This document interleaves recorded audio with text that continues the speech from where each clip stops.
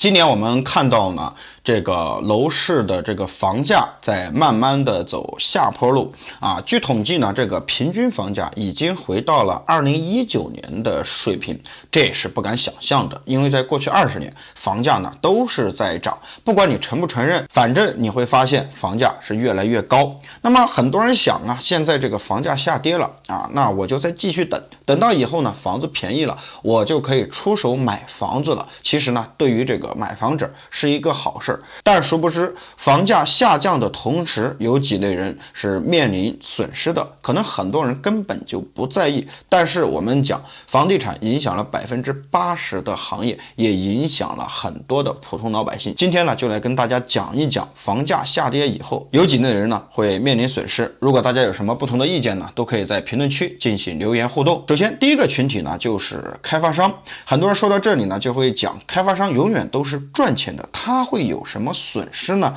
其实你不知道的是，在过去20年，开发商确实没有损失，因为呢，它的融资成本就来自于银行，来自于这个民间机构，还有呢老百姓买房子的钱。所以呢，我们之前就看到这个楼市不规范，开发商呢没有预售许可证，仍然可以卖房子，是拿着老百姓的资金建房子，再卖给老百姓，开发商一点风险都没有。但是呢，从2020年年底给了开发商3道红线，其中有一条呢就是要降负债啊，有很多开发商呢已经是资不抵债了，那么这个自身的风险是非常大的。面临现在房价下跌呢，很多开发商就想自救，对吧？就是恶意的降低价格，但是呢，在去年的时候又给了这个限跌令，不让你恶意的去竞争。所以呢，开发商现在在降负债的同时是举步维艰的，因为呢他根本拿不到钱，再加上呢现在这个房价在走下行通道，那么这个时候呢开发商的损失就多了。你可以观察现在开发商就是拿地变少了，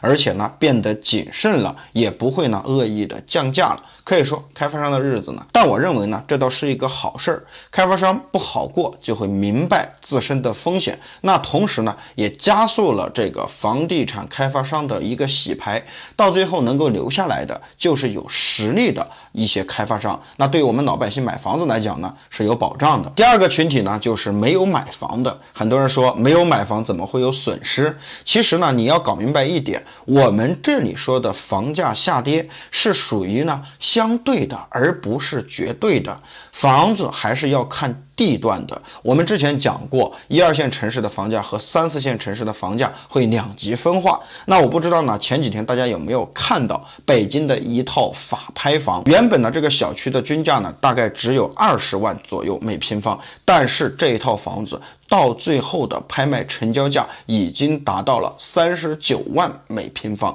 为什么会出现这样的情况？那就说明地段决定了房产的价值。其实房产本身是不值钱的，那么你要想一想，为什么现在很多小城市的房价已经降得很便宜了，几万块钱都能买一套房子，但为什么大家都不去那个地方去买呢？这就是房价两极分化，同时呢位置、就业发展等各方面都在影响我们买房的判断。那么你可以想象一下，没有买房子的在等这个城市降价，那么这个城市如果处在1、2线城市，你觉得它会降吗？但如果你身处在3、4线城市，你没有买房，即使你有钱你又不会买，为什么？因为你觉得由于房价下行，买了有可能还会下跌，这就是人们的一个心理。第三类群体呢，就是现在正在还房贷的群体面临的这个资产缩水。那我们要知道一点呢，房价从今年开始出现下跌，但是反观2017年到2018年，房价是上涨的呀。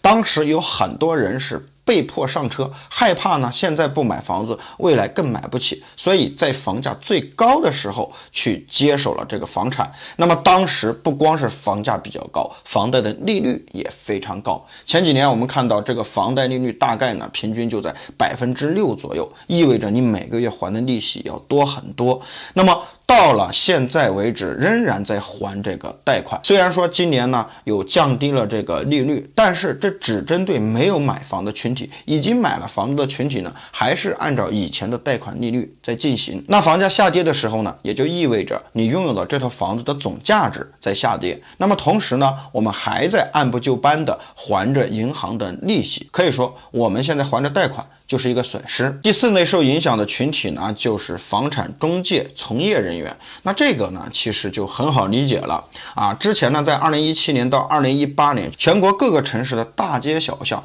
都是房产中介店，因为什么呢？因为房产中介的门槛低，而且开店的成本不高啊，你只需要呢沟通比较流畅，不需要什么学历就可以呢参与卖房子。而如果你自己想开店的话呢，其实就是找一个门面，几个桌子几个电脑就可以呢成为一家公司。如果呢你不想干了，你大不了呢就是把房子转让出去，而你的资产呢就是这几个桌子几个电脑，基本上没有太大的损失。那近几年呢，我们可以看到随着这个房产的萧条啊，很多房产中介呢就转行了，有的去做了汽车销售，有的去做了保险服务行业，也有的呢去搞了这个金融等等，所有的一切呢，就暗示着这一类的群体呢在受到影响。以前那种3年不开张，开张吃3年的状况呢，是再也回不去了。那么最后呢，还有一类群体会受到影响，就是拥有多套房的家庭。我之前呢跟大家讲过，为什么大家愿意买房子，就是2点。